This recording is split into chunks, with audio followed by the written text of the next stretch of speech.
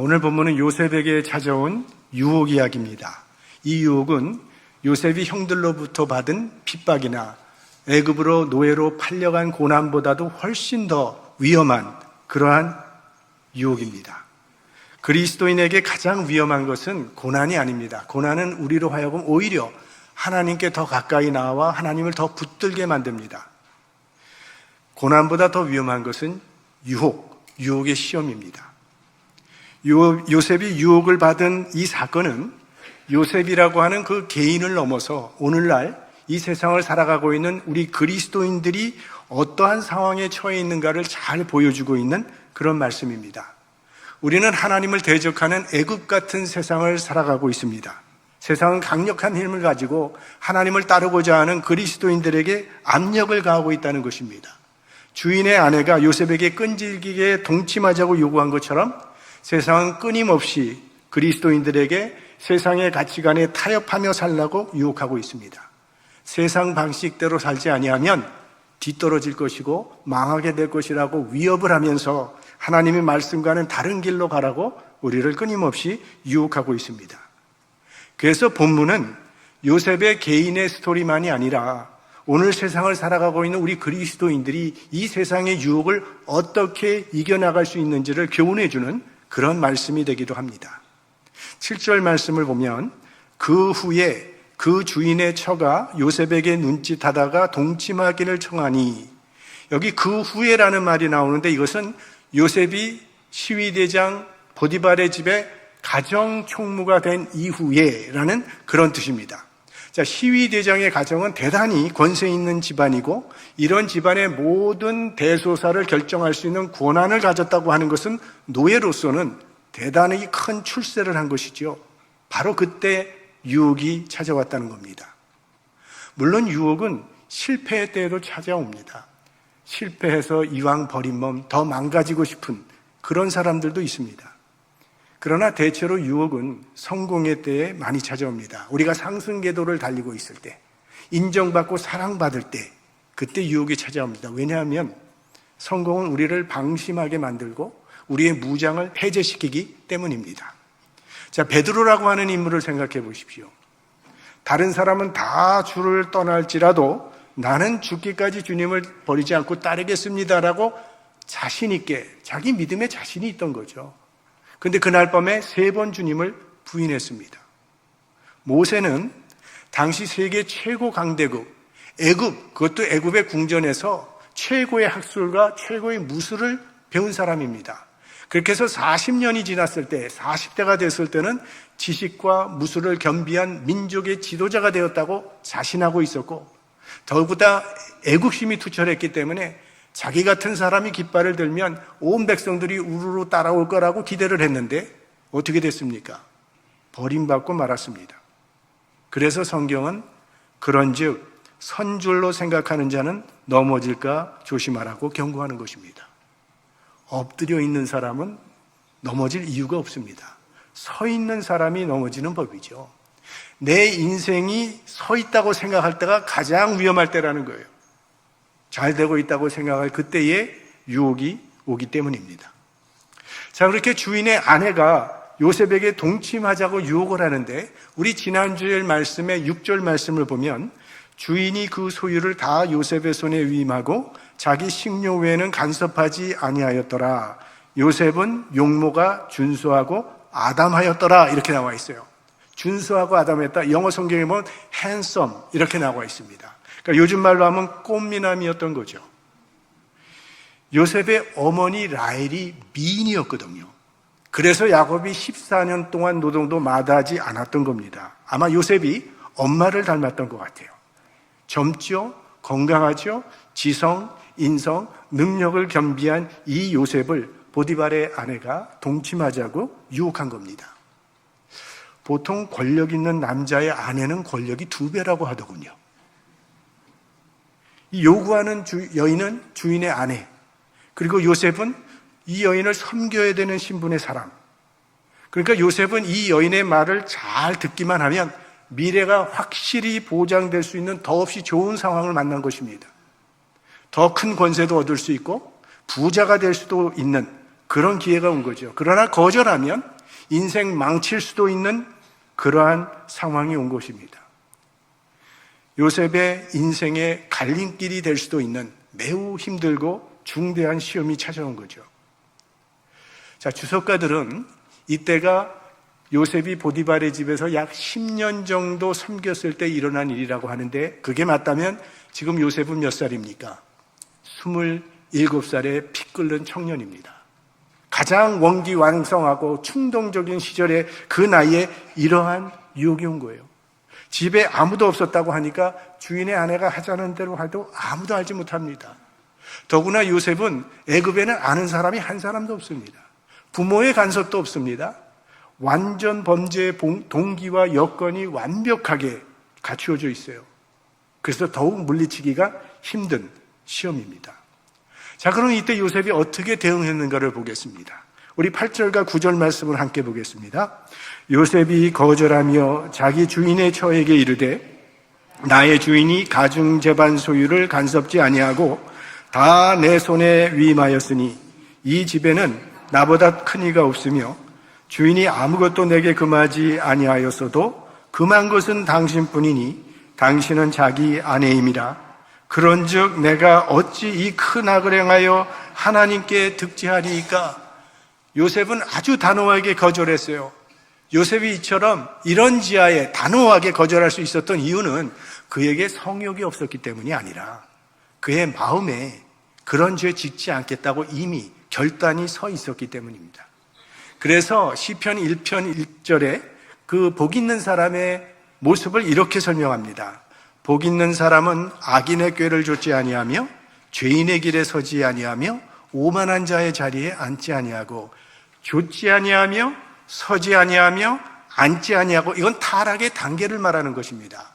악한 사람을 쫓아가다 보면 그 악한 자리에 서 있게 되고 거기에 서 있다 보면 거기 눌러 앉게 된다는 그런 말이에요. 그래서 죄는 아예 처음부터 멀리해야 한다는 말씀입니다.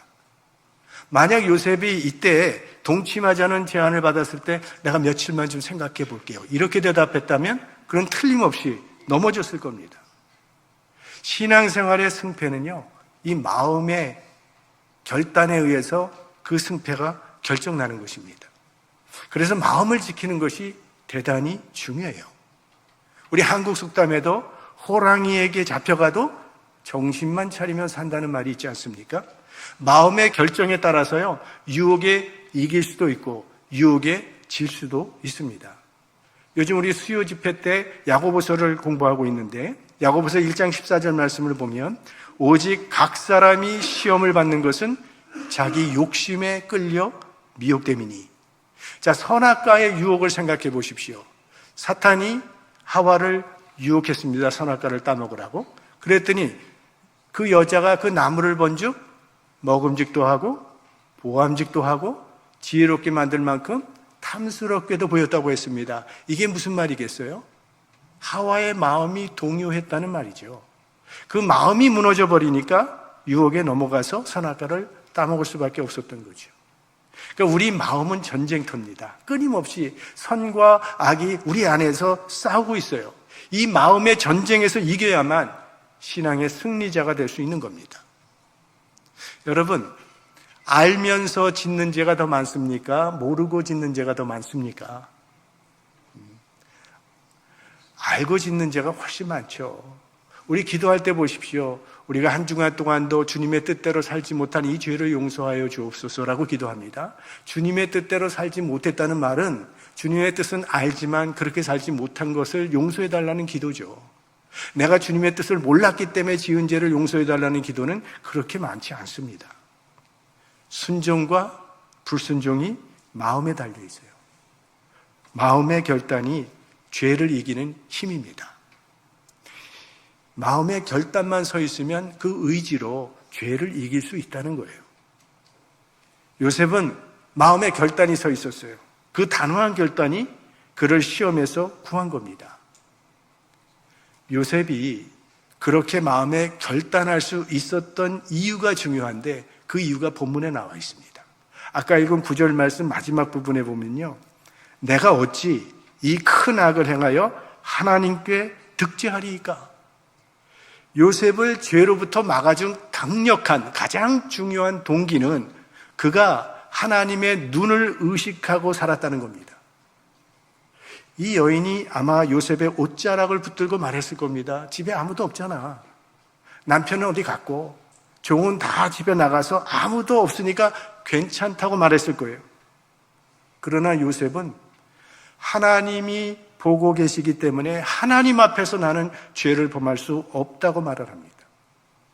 요셉은 하나님이 자신을 지켜보고 있다는 이 임재의식이 확고했던 사람이에요.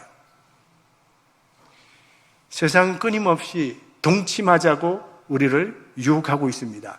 이런 세상의 유혹으로부터 이길 수 있는 힘이 무엇인지를 오늘 요셉이 우리에게 교훈해 주고 있는 것입니다. 어떤 사람이 참외밭을 지나가다가 중간에 서서 잠시 두리번 사방을 두리번거리더니 참외 하나를 슬쩍 따먹었습니다. 원두박에서 보고 있던 주인이 왜 위는 안 쳐다보시오 했다는 거예요. 요셉은 자신의 생각과 행동을 하나님께서 지켜보고 계시다는 임재의식 속에 살았던 사람이에요. 근데 이것이 종교개혁자들의 생애를 지배했던 삶의 모토였습니다. 소위 코람 데오라고 하는 말을 여러분 많이 들어보셨을 겁니다. 이건 라틴어인데 데오라고 하는 것은 하나님을 가리키는 것이고 코람은 앞에서, 면전에서. 그래서 before the face of God, 하나님 앞에서. 나를 지켜보고 계시는 하나님 앞에서 나는 살아간다는 그런 고백입니다. 하나님의 임재를 의식하는 삶이에요. 우리는 언제나 하나님 앞에 서 있는 것입니다. 하나님은 어디나 계시니까.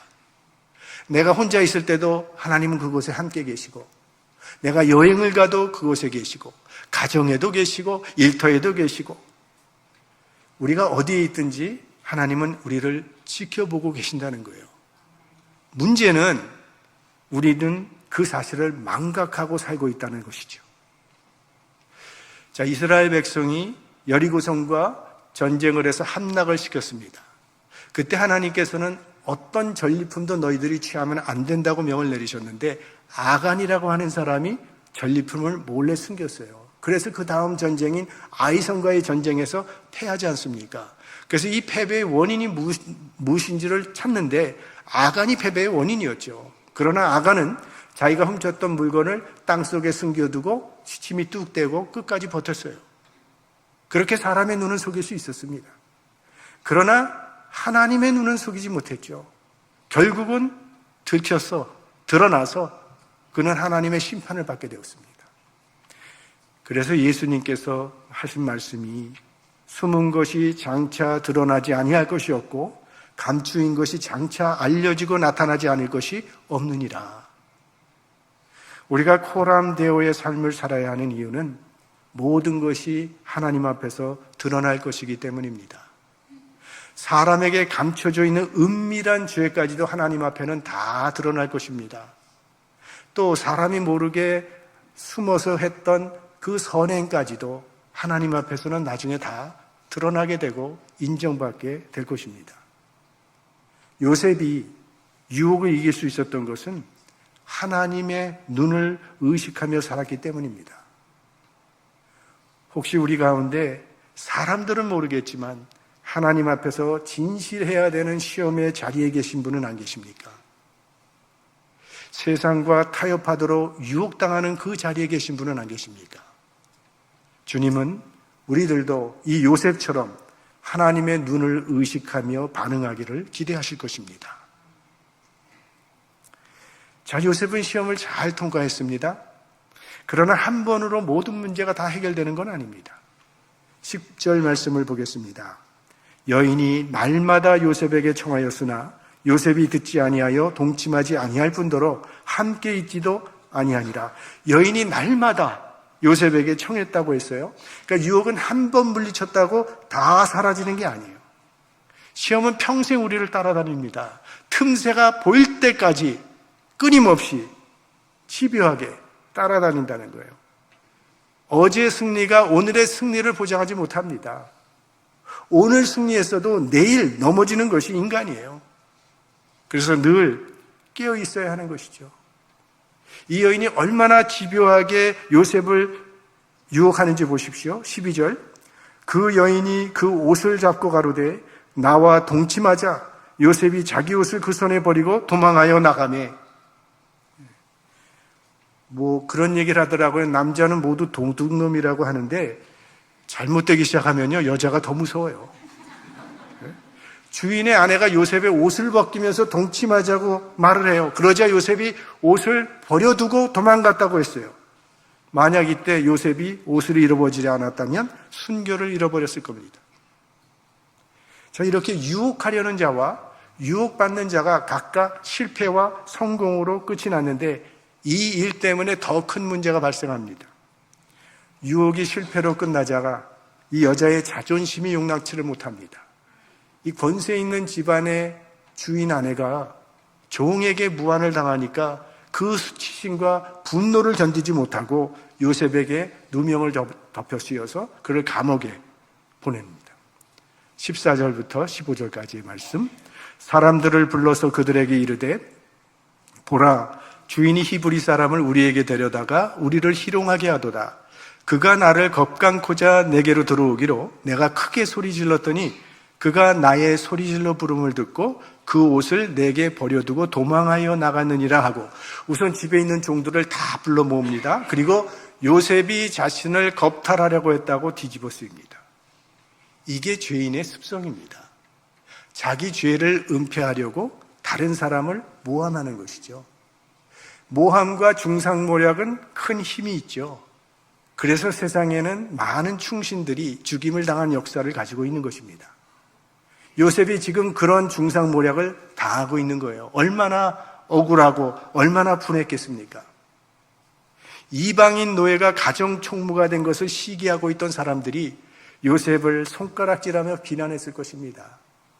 그럴 줄 알았다. 이 양의 탈을 쓴 이리 같은 놈아. 그동안 쌓아온 신뢰와 명성을 다 잃어버리고 강간 미수범으로 고소당하게 된 거죠. 완전히 매장당하는 겁니다. 요셉의 마음이 얼마나 괴로웠겠어요. 그런데 놀라운 것은 요셉이 한마디도 변명하지 않았다는 점입니다. 입을 열지 않고 잠잠해요. 자기를 모함하는 여주인의 사악함을 드러내거나 여주인의 비리를 밝히지도 않습니다. 우리가 이런 일을 당하면 입 다물고 가만히 있을 수 있겠습니까? 아마 동네방네 찾아다니면서 억울함을 호소하느라 바쁠 겁니다. 그런데 요셉은 이 억울한 누명을 뒤집어 쓰고도 한마디의 변명도 하지 않고 그 모함을 묵묵히 견뎌냅니다. 어떻게 요셉은 이런 상황을 묵묵히 견딜 수 있었을까요? 코람데요. 하나님께서 이 시간에도 지켜보고 계시다고 믿었고 하나님이 진실을 아신다고 믿었기 때문이죠. 요셉은 예수님의 모형이라고 말씀을 드렸는데 예수님께서도 빌라도의 법정에 서셨을 때 잠잠하셨습니다. 아무 말씀도 하시지 않으셨습니다. 빌라도는 예수님을 놔주고 싶었어요. 그래서 애썼어요. 예수님이 한마디만 하면 그 말씀을 근거로 예수님을 석방시키려고 했는데 예수님은 아무 말씀도 하시지 않았습니다. 예수님은 하나님의 판단을 믿었기 때문에 억울한 누명을 쓰고도 잠잠히 십자가를 지셨습니다. 그래서 우리가 구원받게 된 것이죠. 자, 그러면 이렇게 하나님의 판단을 믿고 잠잠했던 요셉에게 어떤 결과가 찾아왔습니까?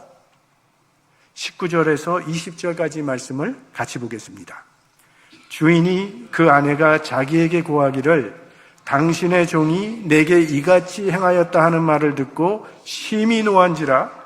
이에 요셉의 주인이 그를 잡아 옥에 넣으니 그 옥은 왕의 죄수를 가두는 곳이었더라. 요셉이 옥에 갇혔으나 감옥 신세가 되었어요. 유혹을 물리치고 정직하게 산 대가가 결국 감옥이었더라는 거예요. 만약 요셉이 그 유혹을 그냥 받아들이고 하자는 대로 했다면, 그리고 시치미를 뗐더라면 출세가도를 갔을 겁니다. 그런데 의로운 길을 택했기 때문에 감옥에 가게 된 것이죠. 자, 이런 일을 당할 때 사람들은 하나님이 살아계시다면 어떻게 이런 일이 있을 수 있느냐고 묻는 거죠. 불평하는 거죠. 우리는 합리적인 것을 좋아합니다. 내가 좋은 일을 했다면 좋은 결과가 나타나야 되는 것이고, 내가 나쁜 일을 했다면 나쁜 결과가 나타나야 된다는 게 이게 합리적인 우리의 생각인데, 문제는 인생이 합리적이지 않다는 거예요. 좋은 일 많이 한 사람도 고통당하는 경우가 많고, 나쁜 일만 골라한 사람도 잘 살고 평안한 경우가 얼마든지 있다는 것입니다. 그게 예수님의 삶이 아니었습니까? 주님은 평생 선한 일만 하셨고 죄가 없으신 분이신데 십자가에 못 박혀 죽으셔야 했습니다. 우리는 하나님의 아들을 죽인 세상에 살고 있기 때문에 이러한 일들이 이상한 일이 아니라는 거예요. 그러므로 사람들로부터 너무 많은 것을 기대하지 않는 것이 좋습니다. 그냥 진실된 삶을 살아가면 됩니다. 그러면 은밀한 중에 보시는 하나님께서 하나님의 때에 갚아주시는 것입니다. 그게 믿음입니다. 그런데 여기서 우리가 한 가지 생각해 봐야 할 것이 있습니다. 당시 애굽법에는 종이 주인의 말을 듣지 않거나 주인의 아내를 희롱하거나 하면 즉결 처형입니다. 볼 것도 없습니다. 그 당시에는 종은, 이 노예는 사람 취급을 받지 못했어요. 물건 취급을 하던 시대였기 때문에 그런 종 하나 처치하는 것은 아무 문제도 되지 않고 대수롭지도 않은 그런 일입니다. 자, 여러분이 이 보디발의 입장이라고 생각을 해보세요. 자기의 아내를 이 종이 겁탈하려고 했다는데 이 종을 그대로 내버려 두고 싶겠습니까? 요셉은 자기의 은혜를 입은 사람인데 배은망덕도 유분수지. 이건 가차없이 사형감인데 왜 보디발이 요셉을 죽이지 않고 감옥에 가두었느냐 하는 것입니다. 보디발이 자기 아내의 말보다 요셉을 더 믿었기 때문이라고 생각합니다. 보디발은 10년 동안 요셉의 언행 심사를 잘 지켜보고 있었고 요셉이 어떤 사람이라는 것을 그는 알았습니다. 히브리 사람인데 애굽 사람과는 비교할 수도 없을 만큼 청렴결백한 청년이라는 것을 봤어요. 그래서 그에게 가정 총무의직을 맡겼던 거 아닙니까? 또한 보디발은 자기 아내가 어떤 여자임도 잘 알고 있었습니다. 이런 생각을 한번 해보세요. 요셉 전에도 가정 총무가 있었을 텐데 그 사람은 도대체 어떻게 되었을까? 어쩌면 그 가정 총무도 똑같은 유혹을 받고 아마 보디발의 아내와 그렇고 그런 사이였는지도 모릅니다. 오늘 요셉을 유혹하는 이 여인의 과감한 행동을 보면 충분히 가능할 것이라고 생각되지 않습니까? 그래서 보디발이 그 불성실한 가정 총무를 해고하고 대신에 요셉을 그 자리에 세웠는지도 모릅니다. 그렇다면 억울한 누명을 뒤집어 쓰고 침묵하고 있는 요셉을 바라보면서 보디발은 속으로 매우 감사했을 겁니다.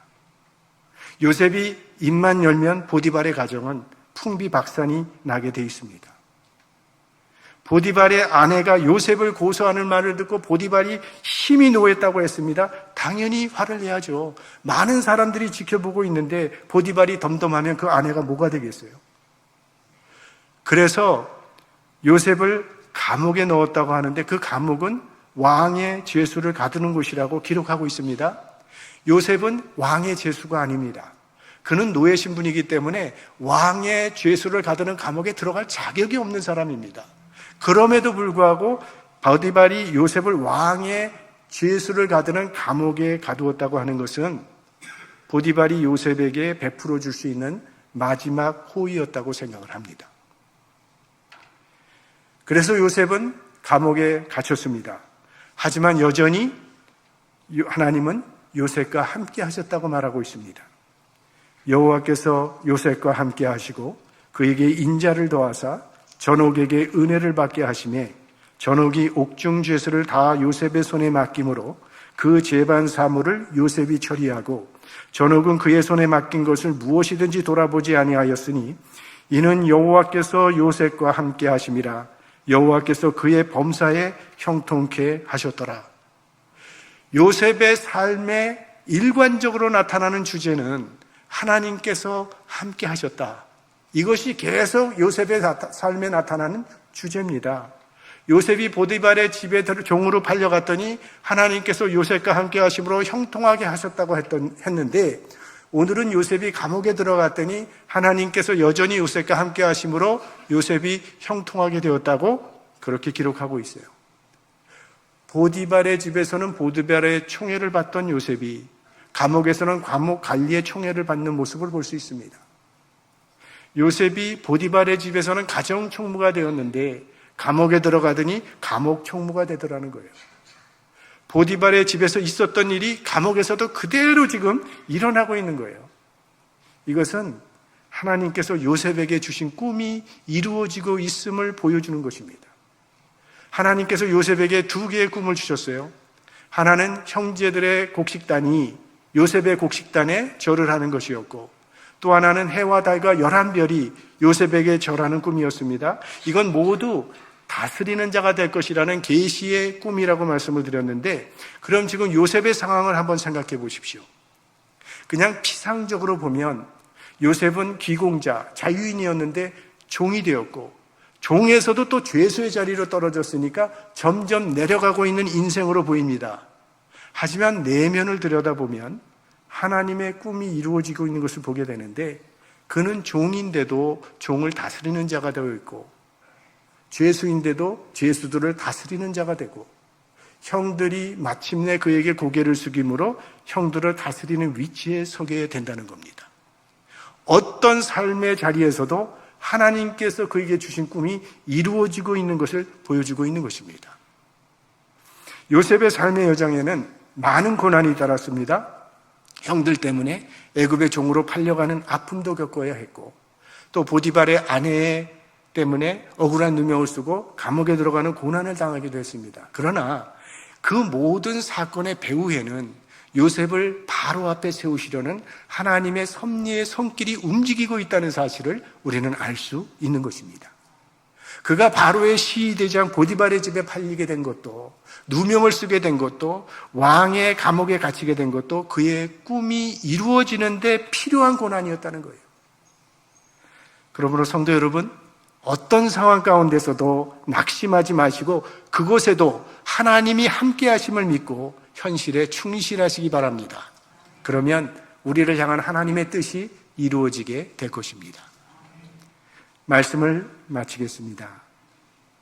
세상은 지금도 끊임없이 우리에게 동침하자고 유혹합니다. 그렇게 바보같이 살지 말고 마음껏 그 한순간의 쾌락도 좀 누리고 한순간의 만족을 누리라고, 그렇게 누리며 살아가는 것이 행복이라고 말을 합니다. 그러나 성경은 하나님 앞에서 참되고 진실하게 살라고 말을 합니다. 그 순간적인 쾌락과 순간적인 만족을 구할 것이 아니라 영원한 기쁨과 영원한 평안을 구하라고 말을 합니다. 우리는 살아가면서 늘 크고 작은 선택의 기로에 놓입니다.